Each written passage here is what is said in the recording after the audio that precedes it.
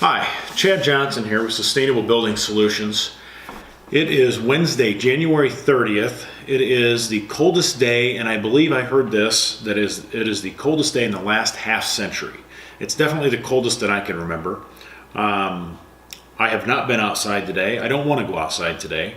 My dogs have been out and they don't really want to stay out very badly. But yeah, we have the polar vortex here, which everybody probably who's watching this has experienced so far, and it has been pretty brutal. So I wanted to talk to you a little bit about insulated concrete forms, and I've got a little bit of a slide presentation that I want to walk you through, and it talks about how insulated concrete forms work. So about 8 years ago, my wife and I were looking to build a house. The house we were living in Farmington, Illinois, was an older home built in the 1920s. Wasn't very energy efficient, and we had done a lot of upgrades to it. We had insulated, we blew insulation into the walls, we added new windows, we added insulation into the attic, but it was still a leaky old house. And we just couldn't, our energy bills were getting out of hand. I would hate to see what our energy bills would have been in this type of weather, because it would not have been pretty. So anyway, we were looking to build a home and build a very energy efficient home, and the whole goal was to build a house that would not cost us very much per month. So we knew that if we spent just a little bit more money on the insulation and things like that, that we could make it work. And we stumbled across insulated concrete forms. Well, I was such a believer in the insulated concrete forms that I decided to build my own home, and after that, start a business. So that's what I do now, and I sell for Quad Lock. We have Quad Lock insulated concrete forms. Quad Lock insulated concrete forms will go from either a 2-inch panel where you get an R22 all the way up to an R59. So we'll talk about the R values here real quick, but I'm going to transition here over to the insulated concrete form slides, and we'll go through the slide presentation fairly quickly. It'll be a pretty short video, but just give you a little taste of why we built the way we did and what it could do for you in the future, so you just kind of have an understanding of how it works.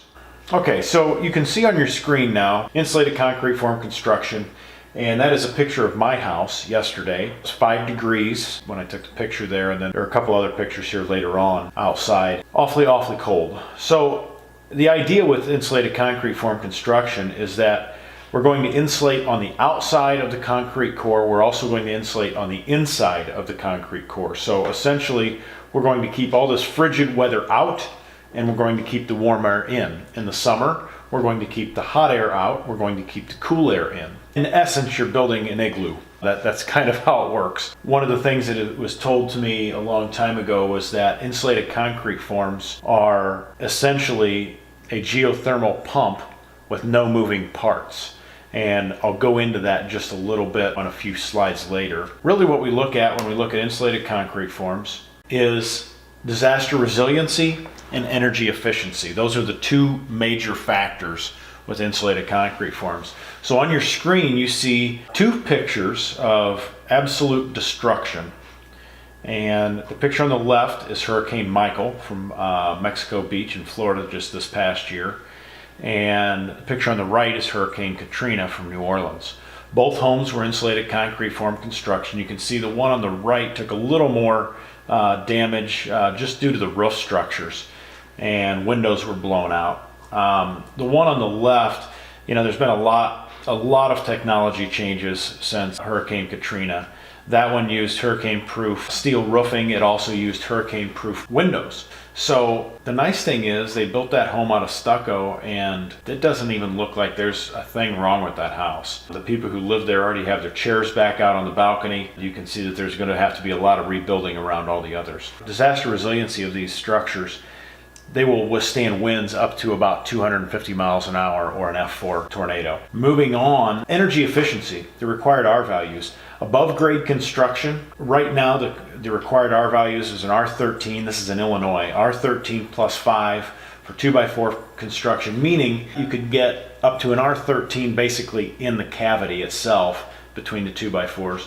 and an R5 on the exterior. So you have to come up with an extra 5 somewhere. Now some people will choose to do what they call a splat and bat, where they're sealing the cavity with isonine spray foam, and then they're putting the bat in there, and then also another barrier on the outside, depending on how you're doing it. Most builders are getting to about that R19 to R20. A lot of people are doing 2x6 construction so they can get a better R. Below grade construction is an R15 to an R19 in most jurisdictions. That's what most people will be following. With quad lock, you are getting at minimum an R22. Now, the difference is going to be is that this is a continuous insulation going from the footing all the way to the roof line. So with the I always push the R28. It's 2 3-inch panels, so it's a 3-inch panel on each side of the concrete. The R22 is 2 1/4-inch panels. So you can see right here where the green dot is moving, that is your foam, and it goes, here's your footing, your L bars for rebar going through. It's going to be a continuous concrete all the way up to the top of the wall, however high you decide to go. Now some people just do their basements, some people do the entire home. There's a major benefit when it comes to disaster resiliency and energy efficiency when we do the entire home, of course. So these green things here are the ties. Those will be your anchor points for your finishes. So finishes on the inside and on the outside. Of course, this is below grade here. But the foam will be continuous all the way up to the roof line. So moving on, this is what your cross section looks like when you attach a main floor. So this would be the box sill here, and this is a J-bolt. This is exactly how my house is built, where we let the concrete flow to the face of this the ledger board, and we have a J-bolt going back into the concrete cavity.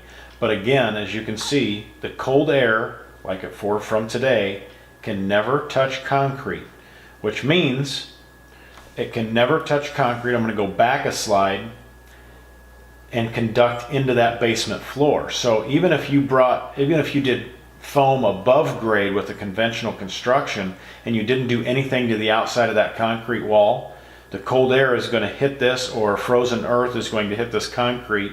It's going to conduct down, and it's going to conduct right into that floor. There's no way for that to happen with insulated concrete form construction.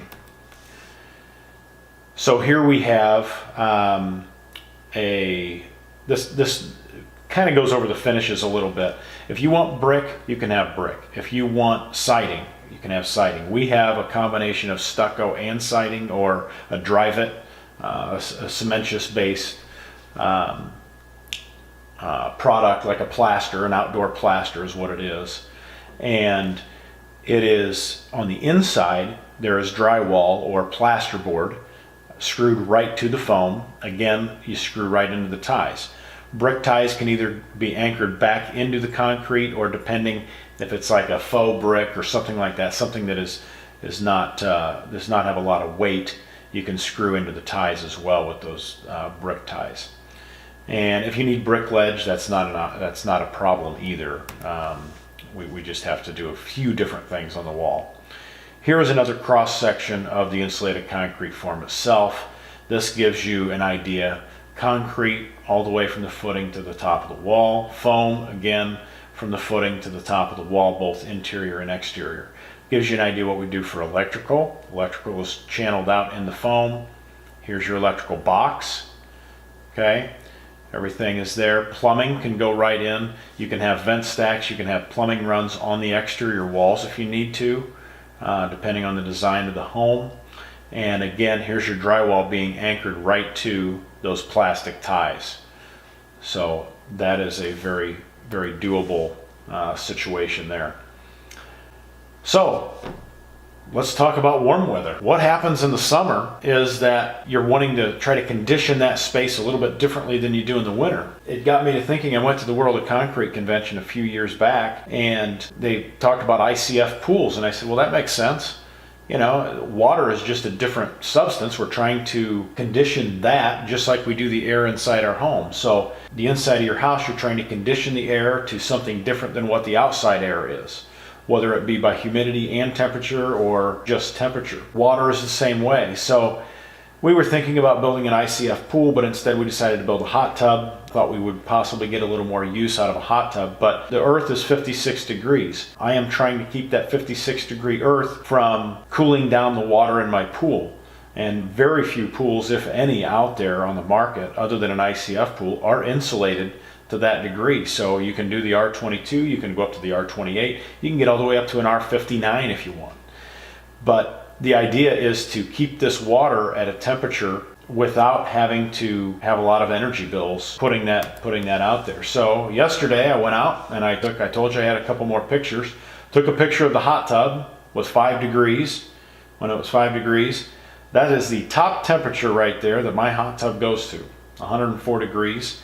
And that is exactly what it was yesterday when I took the cover off. So again, energy efficiency, we want to make sure that we're keeping that air or water to the desired temperature using as little energy as possible. So that is it for the presentation. Thank you very much for listening, for watching. Again, my name is Chad Johnson. Sustainable Building Solutions LLC.com is our web address. You can also find a lot of great information in all of those cross sections that you found there, plus an entire library is on the quadlock.com website. You can also reach me 309-696-2224.